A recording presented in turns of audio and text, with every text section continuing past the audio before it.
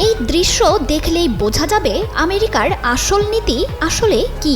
মার্কিন aircraft carrier থেকে একের পর এক যুদ্ধ বিমান ছুটে যাচ্ছে ইয়েমেনে বোমা হামলা চালাতে। প্রেসিডেন্ট ডোনাল্ড ট্রাম্প স্পষ্ট করে বলে দিয়েছেন, ইসরায়েলের বিরুদ্ধে যারাই কথা বলবে তাদের নিস্তার নেই।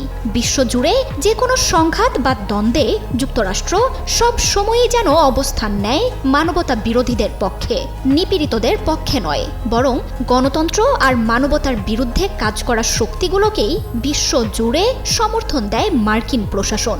ক্ষমতা প্রয়োগ করে সেই সব কাজকে দেয় বৈধতাও।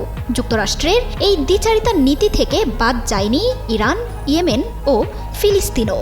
নিজেদের চাপিয়ে দেয়া আদর্শের বিরুদ্ধে কথা বলা দেশ বা শক্তিকেই মানবাধিকারের শত্রু বলে অত্যাচারিতদের দমনে ক্ষমতাশালীদের হাতে তুলে দেয় মারণাস্ত্র। ফিলিস্তিনের ভূমি দখল করে গড়ে ওঠা ইসরায়েল রাষ্ট্র প্রতিষ্ঠার পর থেকেই সাধারণ ফিলিস্তিনিদের নিরাপত্তার অধিকার কেড়ে নেয় যুক্তরাষ্ট্র। অস্ত্র বা প্রতিরক্ষা বাহিনী তো নয়ই, উল্টো সাধারণ ফিলিস্তিনিদের দমনে ইসরায়েলকে দিচ্ছে অগণিত মারণাস্ত্র। বছরের পর বছর ধরে অনাহার, অর্ধাহার আর ইসরায়েলি অস্ত্রের আঘাতে অঞ্চলটির হাজার হাজার মানুষ প্রাণ হারাচ্ছে।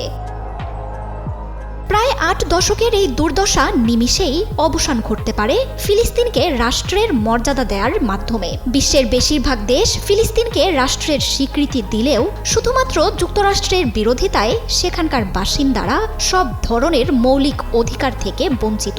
কোনো আইনের তোয়াক্কা না করেই সেখানে পাখির মতো সাধারণ বাসিন্দাদের গুলি করে মারে নেতানিয়াহুর বাহিনী। যেখানে মানবাধিকার, গণতন্ত্র আর সুশাসনের কথা বলে নিজ দেশের কয়েকজন নাগরিকের হত্যার প্রতিশোধ নিতে আফগানিস্তান, ইরাক বা সিরিয়ার মতো দেশগুলোকে ধ্বংস করে দেয় মার্কিন বাহিনী, সেখানে শুধু যুক্তরাষ্ট্রের কারণে লাখ লাখ ফিলিস্তিনির হত্যার কোনো বিচার হয় না।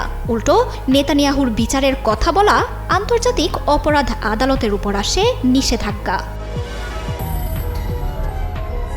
শুধু ফিলিস্তিনি নয়, মার্কিন প্রশাসনের সমর্থিত ইয়েমেনের সরকারের বিরুদ্ধে যখন নিপীড়িত ইসলামী প্রতিরোধ যোদ্ধারা আন্দোলন শুরু করে, তখন তাদের দমনেও চূড়ান্ত কঠোর পদক্ষেপ নেয় যুক্তরাষ্ট্র। ক্ষুধা আর অস্ত্রের আঘাতে ছিন্ন বিচ্ছিন্ন করে দেয় এসব যোদ্ধাদের বাস করা অঞ্চলগুলো। নেমে আসে একের পর এক নিষেধাজ্ঞার খাঁড়া। তবে ফিলিস্তিনিদের মতো ইয়েমেনের দলটি কিন্তু দমে যায়নি। মার্কিন এই আগ্রাসনের বিরুদ্ধে নিজেদের শক্তি নিয়েই ঘুরে দাঁড়িয়েছে দলটি। ফিলিস্তিন সহ মধ্যপ্রাচ্যের মুসলিমদের সমর্থন দেয়া ইরান তো যুক্তরাষ্ট্রের সবচেয়ে বড় শত্রুই হয়ে উঠেছে।